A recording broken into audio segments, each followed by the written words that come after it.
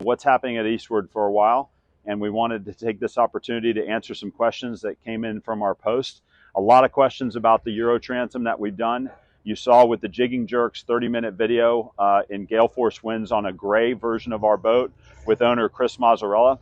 And this is now the second boat that we've built that has that same transom. Chris started the second boat, and then since then, a new owner has stepped in and finished the build. So we want to take you through that. First, a lot of questions about the jack plates. So our conventional boat, you've seen, we have a bracket, which we love, which we still do. But there are owners out there that the bracket isn't as important. And in that particular case, you can go with the bobs with the jack plates. They can either be adjusted and set in place, or they can be hydraulic and adjusted while you're running. I know Scott Bernstein has that set up and has been really happy with it. You can also adjust the dimensions. So if it's important to have your entire engine and lower unit out of the water, you can have a jack plate that allow that. In this particular case, the boat is going to live on a lift, and from a performance standpoint, we know these numbers, so we stayed with this configuration. This is the actual Euro transom that we've talked about. When we bring from the hull of the transom, it comes in about 3.5 feet to build the Euro transom configuration.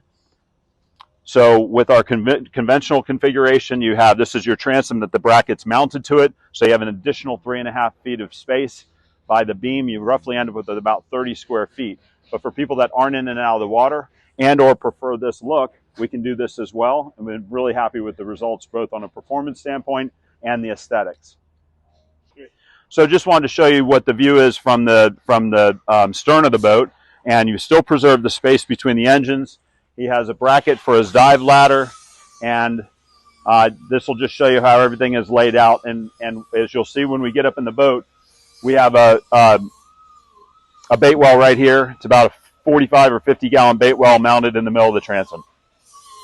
With this shot, we just wanted you to see the profile of the hull and the gunnel without the ridge.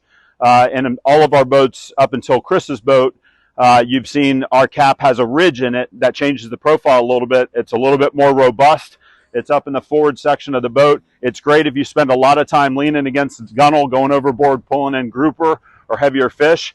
But there are those that prefer the aesthetics of this layout. So now you have an option, with or without the ridge. So we're thrilled to show that we have partnered with TNT Boatworks. They're doing all of our welding, our gas tanks, Coast Guard certified gas tanks, 3/16 thickness, and the welding itself. We've just been thrilled with the quality of their work. They're a true gold standard in the industry. You don't have to dig too far into the internet to know what kind of a quality operation that is. Here we also have, like on Chris's original boat, dual row seating. He did benches. In our case, in the new owner's case, he did with two of our Lippert seats. He has obviously a Garmin setup, the auto assist, the auto helm assist. So this will give you a closer view of what we're doing with the panels now. We've made acrylic standard. We've etched in all of the names for each of the switches. We've gone to a revert switch, which is a very high quality, highly regarded switch in the industry. They also are owned by Plash Lighting. But in the most important part of this is that we have, I just engaged all the power on the entire boat with just 2 switches. Inside the console, what the gunnel looks like without the ridge. So it's a more conventional gunnel, and you can look straight up the line and see the impact and the benefits of either with or without the ridge. And now all the way to the front section of the cockpit, we have our full-size coffin box. And then we've also added the step, which we really encourage owners to consider. This allows you to flatten out what effectively is the underside of the hump from the tunnel of the hull. So instead of there being an angled area here that could get slippery, if we build in the step, you have a nice flat platform. And then you still have nice amount of room up here to lean against. And then the foredeck, as you'll see, we still have the 3 large storage compartments. One of them is used for the anchor, and then 2 storage on either side. In the case of this owner, we always like to point out how we're handling things on the inside of the console. And as we bring the camera in and shoot it, you'll see that we're using the Aegis switches. And we've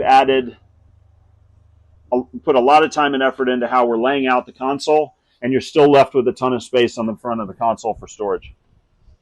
One final note on both the welding and the top. So we have a fiberglass top option, In this particular case, because of the dual row seating and partnering with our welder, TNT Boat Works, right here in Fort Pierce, we've got a top that extends and gives coverage to the dual row seating. You see I have a nice handhold here. And then they also added what effectively is additional storage like you would see in the aftermarket tea bag. Got how they accounted for the riggers and just the quality of all the welding that's being done.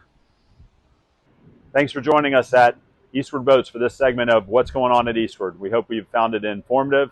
Stay tuned for more segments to follow on all sorts of different things we've done to make the boat better. And we're just thrilled to have anybody come by the plant. Also go to our website, eastwardboats.com. Follow us on Instagram, follow us on Facebook, and we look forward to seeing you out on the water. In fact, that's where I'm going right now.